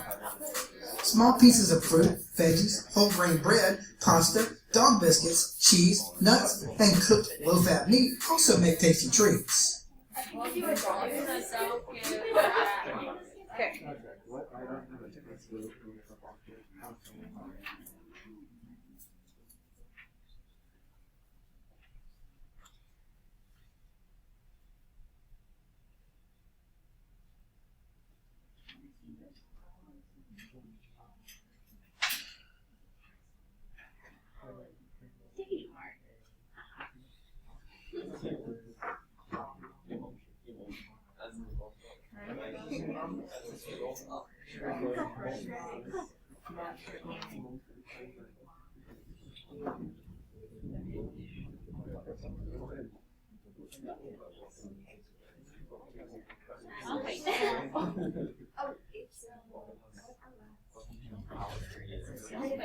You're playing. I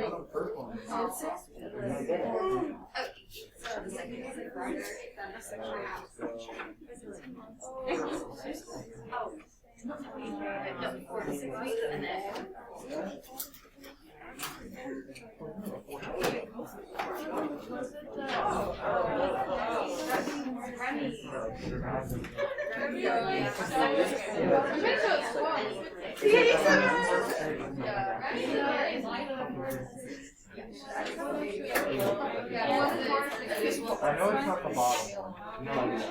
Or the top. The bottom.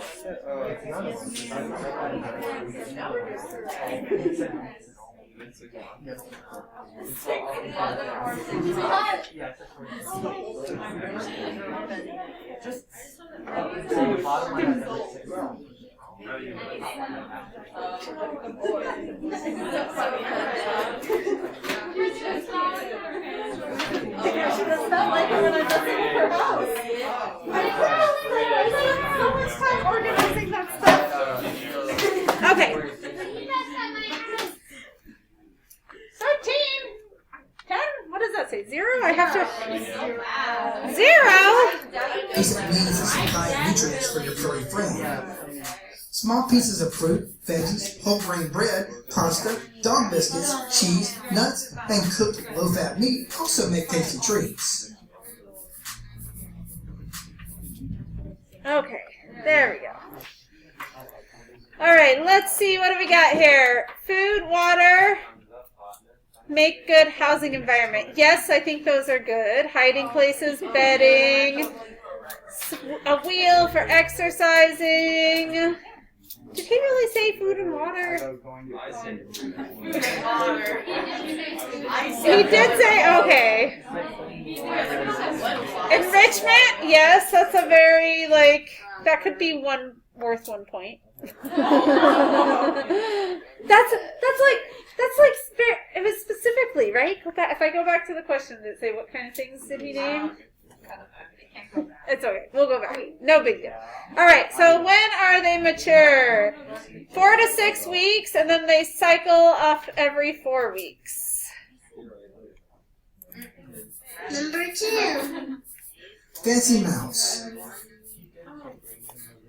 In many ways, the Fancy Mouse is like a miniature version of the Fancy Rat. They tend to be jumpy and more difficult to handle than more sizable rodents, but with a little patience and a few treats, you will literally have them eating out of your hand.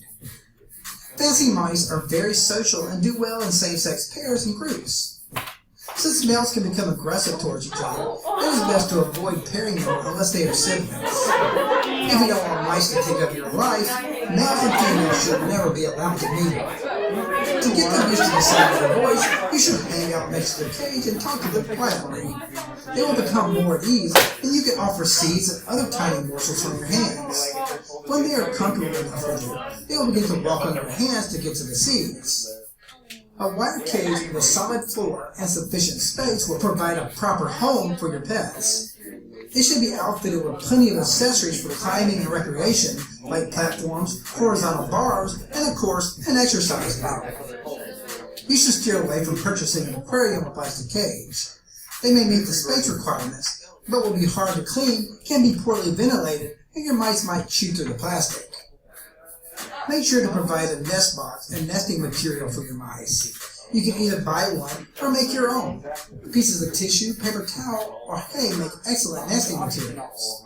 Since mice like to mark their territory, you should only clean your nest out once a month or every other month. Contrary to popular belief, cheese is not the staple of a mouse's diet. The bulk of a well-balanced cooking should be composed of rodent pellets and loose mixes made up of seeds and grains. Supplements may include small amounts of fruits, vegetables, crackers, peanut butter, and whole grain bread.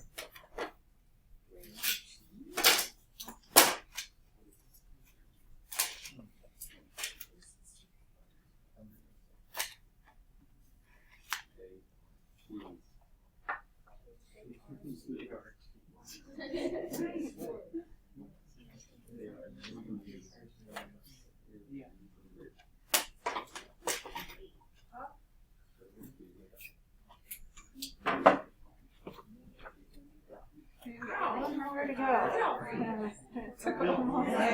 It didn't seem like it was going to take that long to question. But this is a common knowledge video. And this is also the exact same stuff that I put in my car. I found the video after like everything else, so it's like the exact same stuff before I had to like after knowledge I was trying to use. So it's like this is common knowledge, you definitely have it. If it's a veterinary thing, there's a few extra things that you have to do. Oh, would not be this. Oh, exactly. I guess.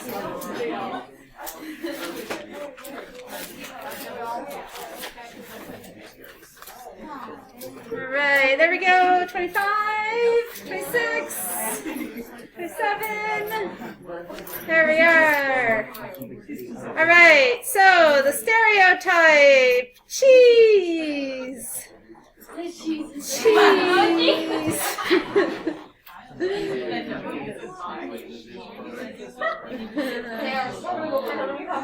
Alright, mice like to mark their territory. So they would not be considered latrine animals. So that means they're like marking everywhere, right? Yeah. And I would say still clean their cage, but it said like don't clean like their nesting box. So it would like be like clean everything else, but maybe leave. But if we think of that video, they put a little of the old bedding in with some new, and that would probably be good. So it seems familiar.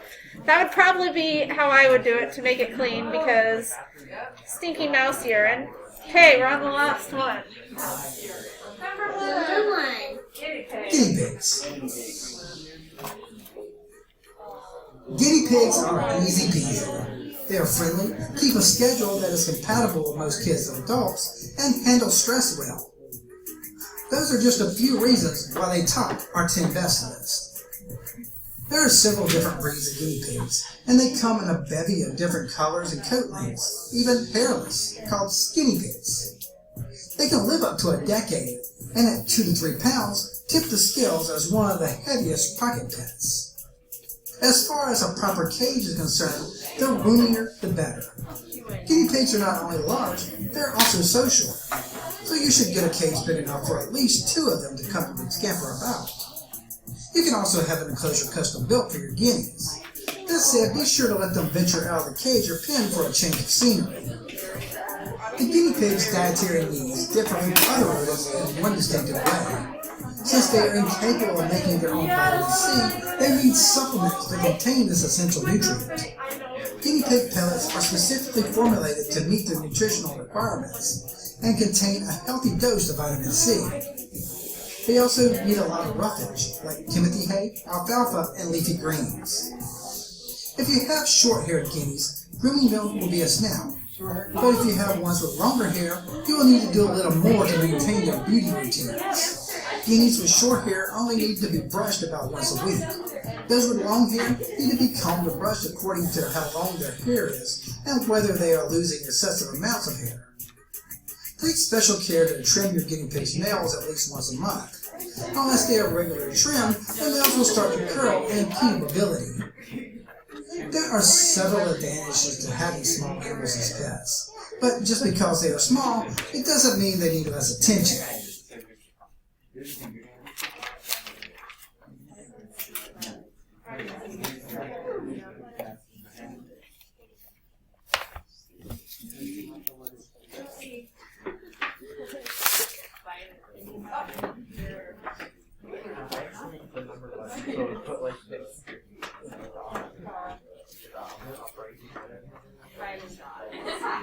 Alright, what do guinea pigs require in their diets? 23! Just because they're small. Your breakfast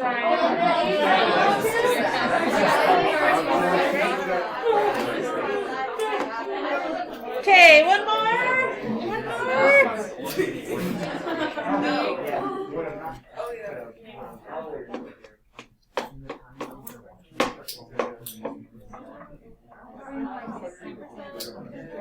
No, no. Holly, is it you you're cooking? Yes.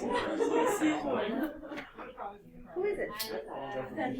There we go. Okay, let's see. What do we got? Show responses. Vitamin C.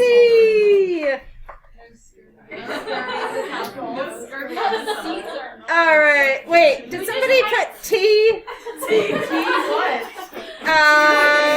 I'm not sure about that one. Keep that in mind, and you and your little buddies will be in time.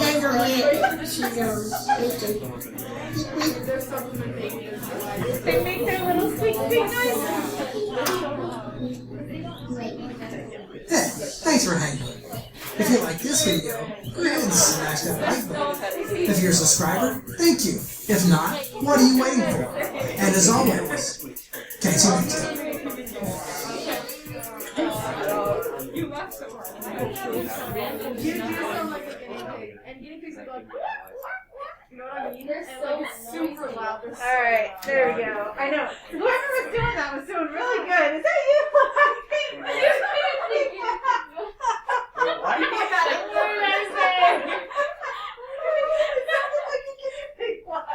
All right, we got 10 minutes. You guys can work on projects.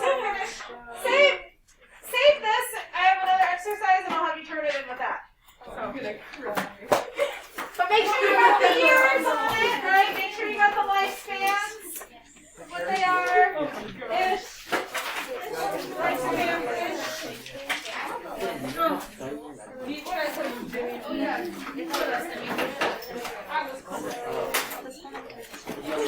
You're so loud too. Like, I can hear them. I can hear my music so much.